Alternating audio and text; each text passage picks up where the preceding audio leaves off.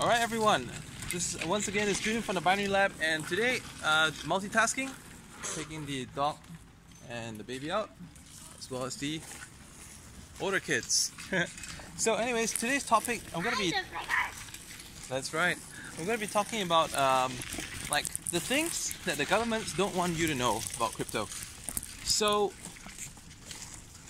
there's a lot of people that are given a false hysteria by the newspapers, the TV programs, and sometimes it's it's in everywhere. It seems as though, and it's quite blatantly so, like you know the term propaganda. It's true. The governments in many countries right now, they don't know. Watch out for a car behind. They don't know what to do or react to this crypto frenzy. Okay, so what they've been doing so far is that they have been blocking bank accounts from transferring money to some of the known bank accounts of these crypto exchanges. Like there's been one exchange service. It's called Xverse. All right, they've been processing for like CoinHako, Coinbase, and a few other main exchanges out there. And they just have not been able to work because, as soon as someone makes a wire transfer to like an Xverse receiving account, the bank basically goes and blocks that person from doing that, and the money doesn't go through, and they get flagged for such activities. And then the governments go into the newspapers and basically get reporters to tell people about the Bitcoin bubble, about how overgrown it is. But if you look back on what's been happening, they have been talking about this bubble for the last 1 year, but it's still going up. And every week they're rehashing old information. They're rehashing old information. They're rehashing old information about governments.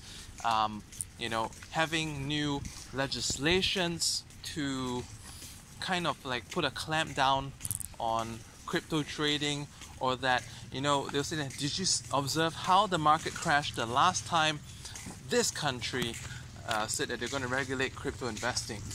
Did you remember the last time how the markets crashed when this country's prime minister ordered that Bitcoin investment be regulated, mining be regulated, this and that?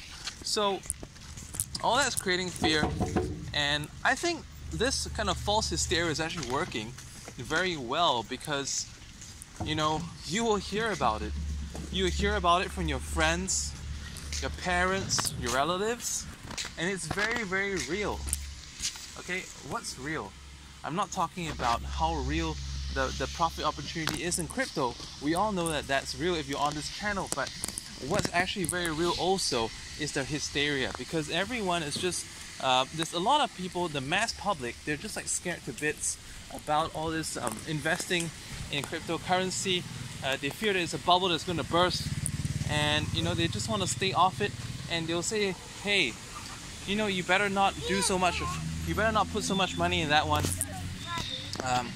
Did you know that the government is advising that people could possibly lose all their investment if Bitcoin drops to zero? So that kind of like negativity is working. I can see that it's working because my mom tells me that too. Okay, it is working. So what they're really trying to prevent you from doing, though, is that they're trying to prevent you from taking funds out of the country and putting them somewhere else, because that's when things go unmonitored. That's where things go untrackable.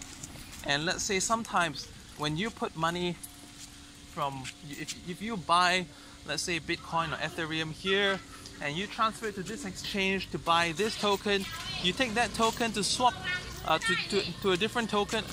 You take that token to a different exchange so that you can swap it for something else, and that it's money that the paper trail just gets messed up. and then the next moment you're cashing it out elsewhere. I know people in Australia who have been getting around the taxation problem with crypto. You know, all this while they have been, you know, like trying to get their ways around the taxation, because Australia is one of those governments that's very, very tight on incomes. So incomes need to be taxed. The tax rate, you know, it goes in brackets, and you know, if you make more than a certain amount, the tax rate goes up. And you know what's gonna suck a lot is that if you're getting all this extra income coming in and it gets taxed. So friends in the past, friends in Australia in the past, they have been putting their money in places like Skrill, Payza, like NetTeller, PayPal, and only actually like withdrawing it when they need to, or when just more gonna clear out some dog poop. Just like my last video. So they're like one moment. Alright. All done, settled. But you didn't put it still on there. Yeah, that's fine. Clip most of it. Alright, just a moment, I'm gonna get back to this video in a bit. And I clear out this dog poop. Huh? Not yet. This one will come back? Yeah, perhaps. Okay, problem solved. Let's put this poop away and we'll get on with this one. Okay guys, let's go. Keep to the left. Okay, where was I? So I was saying that until they found like cryptocurrency, they were like, wow, now I don't have to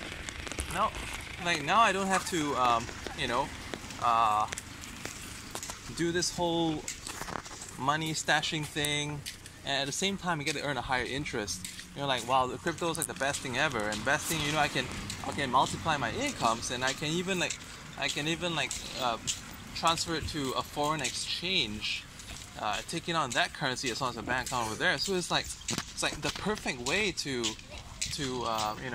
transfer money around and have it all tax free, you know, without having to set up a complete tax arrangement just to keep it legal. And so this is what the extent of it really is. And on top of that, untaxable income is one thing. Think about it as like, you know, how the countries around the world, many countries in Asia, they actually have like bans on things like e-cigarettes, hookah, and yes, some people call it hookah, some people call it like shisha. But the real thing is that you know, it's just because these are like tobacco alternatives that are not taxed, or it's hard to form a tax framework on because there's just so many places that they're shipped in from. So you can call it as though you're now having like more untaxable forms of income, and the government's getting scared. And of course, there is the problem of people who are just not very sensible in the ways that they spend their money. There's been a post that I've seen online before where it's been circulating around on Twitter. Like some idiot, he was saying that I mortgaged my house to buy in Bitcoin at 19k, and now it's down to like what, 12 or 13. I've just lost like 30%. I just lost like 30k in the last 1 hour, and I'm going nuts. So this is the kind of thing that the governments want to protect. It's perfectly understandable, but you know. So that's how real the situation is.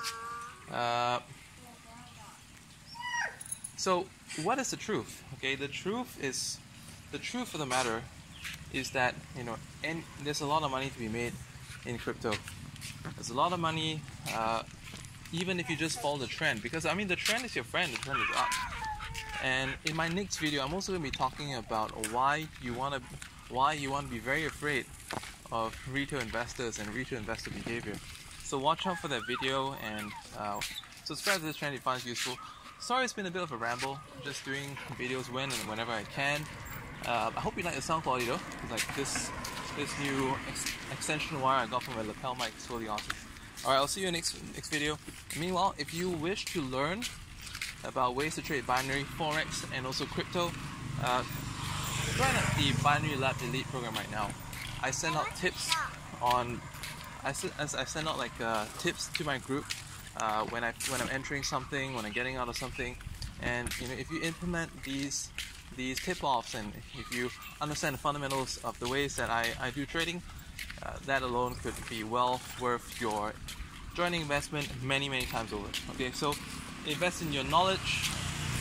Let crypto and the financial markets set you free. Buying good trading. This is Julian from the Binary Lab.